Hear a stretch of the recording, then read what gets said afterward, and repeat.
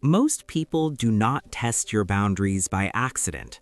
It often looks casual, a small request, a subtle push, a joke that goes a little too far. But underneath that moment is a quiet question.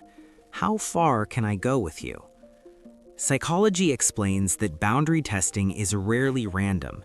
It is information gathering. It's a way for someone to measure your limits, your confidence, and your tolerance for discomfort. By the end of this, you will understand why people test boundaries on purpose, what is happening in the brain when they do it, and how your response teaches others exactly how to treat you. At its core, a boundary defines where you end and someone else begins. It communicates what is acceptable and what is not. But boundaries are not enforced by words alone. They're enforced by behavior. And people pay attention to behavior more than they admit. When someone asks for a favor you already said you cannot do, they're not just asking for help. They're observing whether your no is stable.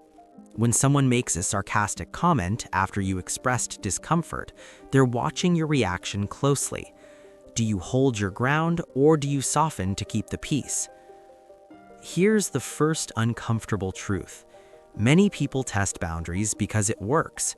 If pushing slightly leads to more access, more control, or fewer consequences, the brain learns that testing is rewarding. The brain is wired around reinforcement. When behavior produces a desired outcome, it strengthens neural pathways associated with that action. Even subtle successes can condition someone to keep pushing. This is not always malicious, sometimes it's unconscious, but it's intentional in the sense that it's purposeful. In relationships, boundary testing often appears early. A partner may show up late repeatedly after you express that punctuality matters to you. A friend may share private information after promising confidentiality. Each moment is small enough to dismiss, but small violations create patterns. Ask yourself something honestly. When someone crosses a line, do you immediately address it, or do you hesitate because you don't want to seem difficult? That hesitation is often what boundary testers rely on. Discomfort is powerful leverage. There's also a deeper psychological reason behind this behavior. Humans constantly assess social hierarchies. We evaluate who leads, who follows, who accommodates, and who resists. Boundary testing can be a subtle way of determining social position. If you consistently adjust yourself to avoid conflict, others may unconsciously assign you the role of the flexible one. The brain's threat detection system plays a role here too. When you assert a boundary, you activate potential conflict. For many people, conflict triggers anxiety. They would rather tolerate minor violations than risk relational tension. Boundary testers sense this hesitation. Now consider another angle. Some people test boundaries to feel secure. They want to know that you are solid. In close relationships, pushing limits can be a distorted way of asking, "Are you strong enough to handle me?" It sounds counterintuitive, but stability is attractive. If you collapse under pressure, it creates uncertainty. If you respond calmly and consistently, it communicates strength. In this way, clear boundaries can actually deepen respect. This leads to a surprising insight. The people who resist your boundaries the most are often the ones who benefited from you having none. Change disrupts dynamics. When you begin enforcing limits after years of overextending yourself, some individuals will push harder, not because your boundary is wrong, but because the old system worked in their favor. This is where many people retreat. In workplace environments, boundary testing often appears as incremental workload expansion. You agree to one extra task, then another. Soon, your expectations shift without formal acknowledgement. Your capacity becomes assumed rather than requested. Have you noticed how quickly just this once becomes normal? The brain adapts to new baselines. Once a behavior is repeated without resistance, it becomes the standard.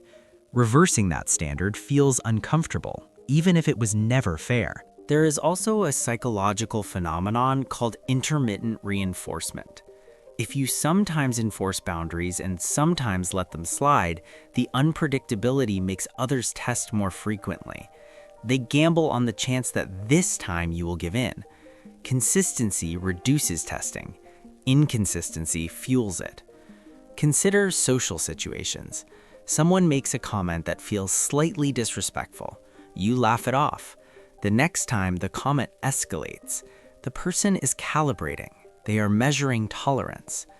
Every unaddressed violation sends information.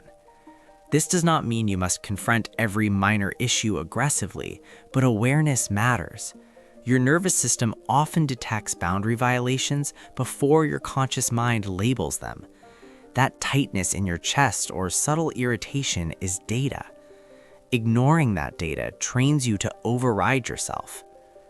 There is another reason people test boundaries on purpose: power. Even small amounts of influence activate reward centers in the brain. If pushing your limits increases someone's sense of control, they may repeat the behavior. Power does not always look dramatic. Sometimes it looks like deciding how much of your time or energy they can claim. Now pause for a moment. Think about one person in your life who consistently pushes your limits. What happens when you say no? Do they negotiate, guilt, withdraw, or mock? Their response reveals their relationship to control. Reactions expose motives. Healthy individuals may test boundaries once out of curiosity or misunderstanding. When clarified, they adjust. Repeated strategic testing often signals something else. It signals that your compliance is valuable to them. Value attracts pressure. This is why self-trust is central. If you doubt your right to have limits, you will communicate uncertainty. Uncertainty invites exploration. Confidence, on the other hand, reduces experimentation. Boundaries are not about aggression, they're about clarity. When you state a boundary calmly and follow it with aligned action, you rewire social expectations. The first few times may feel uncomfortable. The brain interprets conflict as threat.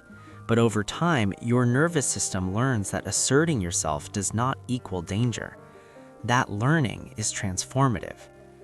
Here's another pattern interrupt. What if boundary testing is not a sign that you are weak, but a sign that you are growing? When you elevate your standards, friction increases temporarily. Growth disrupts comfort. People who respected you before will continue to do so. People who relied on your flexibility may resist. Their resistance is information, not a verdict on your worth. Understanding this shifts the emotional weight. The dark side of boundary testing is that it can slowly erode identity. If you constantly accommodate others, you may lose clarity about your own preferences. Over time, resentment builds quietly.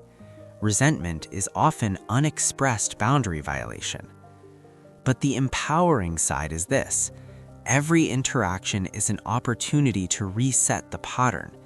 You do not need to explain your limits endlessly. You need to communicate them and align your actions accordingly. Consistency teaches faster than debate. Why do people test your boundaries on purpose? Because they are accessing access, influence, and stability. Because reinforcement shapes behavior. Because social dynamics reward flexibility when it goes unchallenged. And because your response tells them what is possible. The deeper question is not why they test, it is why you tolerate the test. That question requires honesty, not blame. Often it traces back to fear of rejection, fear of conflict, or desire for approval. But respect rarely grows from self-abandonment. When you begin protecting your time, energy, and emotional space, something shifts internally. You feel more grounded, more aligned, and others adjust accordingly, even if reluctantly at first. Boundaries do not push the right people away. They filter the wrong dynamics out. If this resonates, reflect on one boundary you've been hesitant to enforce. Consider what it would look like to communicate it calmly and follow through consistently. Share your thoughts in the comments if you feel comfortable. Conversations around boundaries help normalize self-respect. And if you want to continue exploring the psychology behind human behavior and relationships, consider subscribing for more insights that strengthen clarity and confidence.